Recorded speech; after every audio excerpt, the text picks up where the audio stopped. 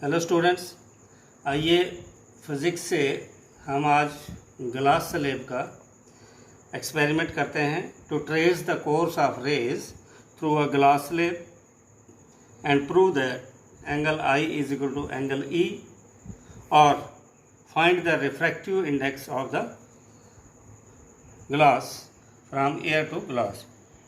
ये हमारे पास glass slab है।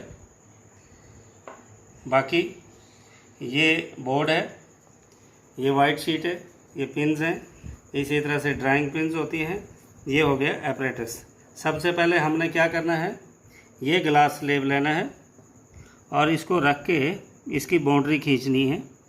Draw the boundary. तो इसके लिए लेफ़्ट हैंड के अंगूठे से दबा के रखेंगे और इसके चारों तरफ से पेंसिल फोकस, ये पेंसिल जो है इसको घुमाएंगे।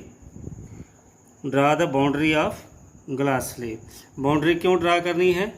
क्योंकि जब हम ग्लास स्लैब को दोबारा रखेंगे तो उसी जगह पे रखेंगे।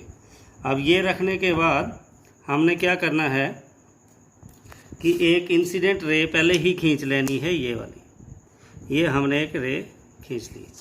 अब हमने इस ऊपर वाली लाइन पे दो पिन्स लगा देनी है पहले ही, लेकिन लाइन पर लगानी है।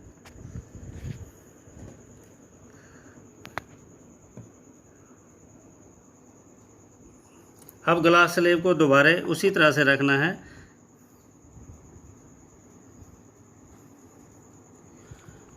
अब एक पिन उठानी है और इस साइड से इस तरह से अपनी गर्दन को लाना है कि एकदम जो है ये इन दो पिनों की इमेज और ये तीसरी पिन जो है एकदम सीध में आ जाए। तो मान लो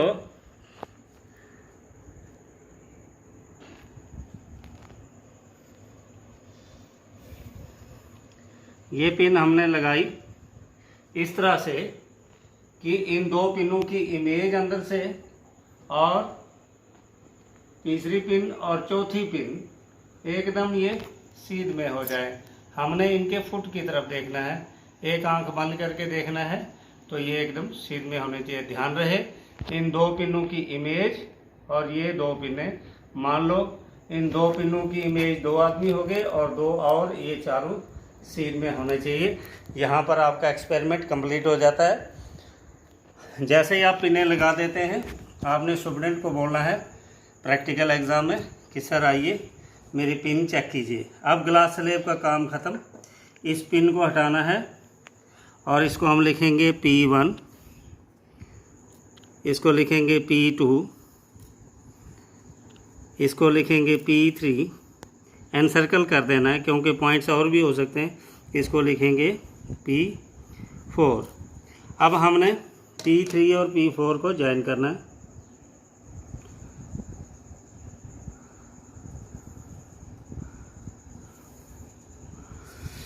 P1 और P2 को पहले ज्वाइन किया हुआ है। अब देखिए P1 और P2 की लाइन जो है बाउंड्री को यहाँ पे टच कर रही है और ये यहाँ से निकल रही है। इसको भी ज्वाइन करना है आपस में।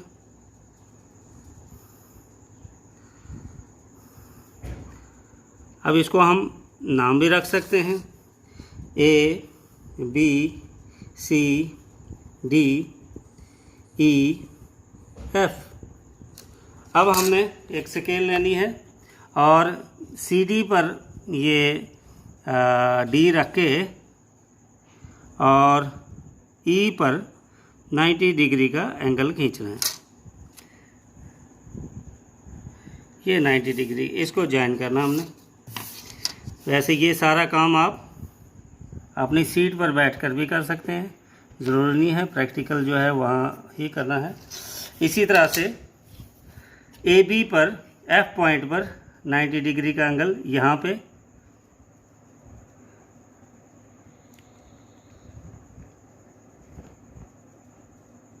,90 डिग्री का एंगल खींचेंगे।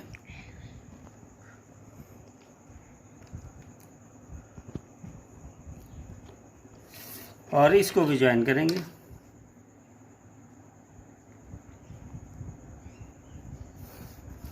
अब ये इंसिडेंट रे थी, ये इमर्जेंट रे है जो बाहर इमर्ज हुई। इंसिडेंट रे और नॉर्मल के बीच में जो एंगल है वो है एंगल आई, और ये इमर्जेंट रे बाहर निकली, इमर्जेंट रे और नॉर्मल के बीच में है एंगल ऑफ इमर्जेंस, जिसको शॉर्ट करके एंगल ई लिखते हैं। ये एंगल ऑफ रिफ्रैक्शन है, ये भी एंगल ऑफ रिफ्रैक्शन है। तो हम सबसे पहले एंगल आई मापेंगे। ये एंगल, ये देखिए ये एंगल, इसको मेजर करना है। देखते हैं ये कितने डिग्री है। ऑलमोस्ट ये 29 या 30 भी कह सकते हैं हम, ये मान के चलिए कि 30 डिग्री है। इसी तरह से एंगल ई को देखेंगे।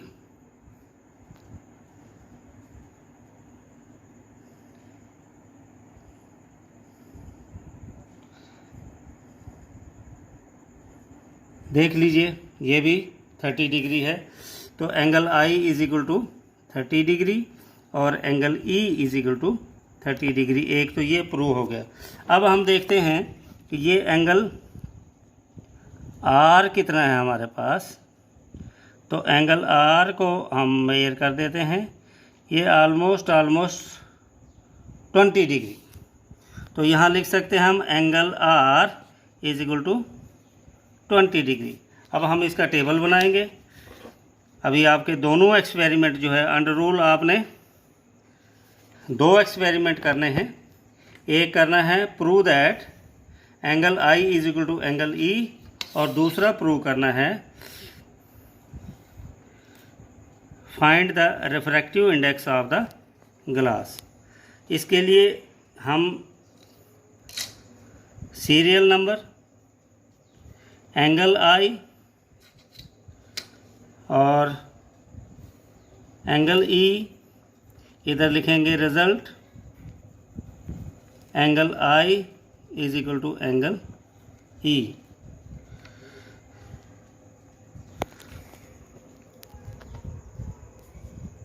इरेज़र थोड़ा साफ कर देंगे इरेज़र से। ये टेबल हमारा जो है वो तैयार हो गया, एक एक्सपेरिमेंट।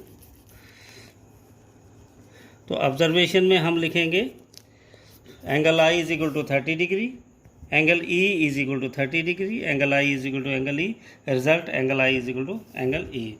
अब दूसरा जो है इसी से हम निकालेंगे। उसके लिए हमने फिर टेबल बनाना है। ऑब्जर्वेशन हमने ऑलरेडी कर दिया है, सिर्फ हम इसमें जो है नोट करेंगे। लेकिन एग्ज़ाम में ये अलग अलग एक्सपेरिमेंट आपका बनेगा।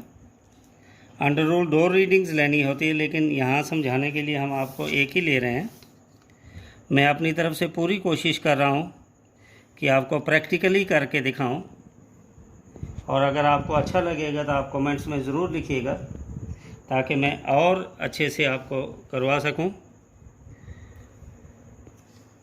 जितना मेरे पास मटेरियल अवेलेबल है, serial number, angle I, angle R, यहाँ लिखना है म्यू, रिफ्रैक्टिव इंडेक्स कहते हैं, from air to glass is equal to sine of I over sine of R. Serial number 1, angle I आया है हमारे पास 30 डिग्री, एंगल आर निकला है 20 डिग्री। यहाँ बन जाएगा refractive index from air to glass is equal to sine of 30 degree divided by sine of 20 degree. अब आप साइन 30 और साइन 20 की वैल्यू निकाल के ऐसे भी कर सकते हैं, और 30 को 20 से डिवाइड अगर करेंगे तो वो 1.5 आएगा। तो यहाँ हम लिख सकते हैं result refractive index of glass from air to glass is equal to sine of 30 degree over sine of 20 degree is equal to 1.5। 1.5 से 1.9 तक जो वैल्यू आएगी वो हमारी ठीक है। तो ये एक्सपेरिमेंट था हमारे पास। Trace the course of rays, trace the course of rays through a glass slab और 2 एक्सपेरिमेंट हमने किए and prove that angle I is equal to angle E. Also find its refractive index. तो ये दोनों हमने यहाँ पर कर दिए. ये जो है इसको सेकंड लॉ ऑफ रिफ्रैक्शन भी कहते हैं, स्नेल्स लॉ भी कहते हैं. इस तरह से अगर ये ग्लास स्लेब नहीं होता तो इस रे ने यहाँ से सीधा गुजरना था. बेसिकली इस प्रैक्टिकल से आपको समझा क्या रहे हैं, आपको रिफ्रैक्शन समझा रहे हैं कि रेयर मीडियम एयर से ग्लास मीडियम में जब ये रे एंटर करती है ये नॉर्मल की तरफ बेंड करती है, और जब ग्लास से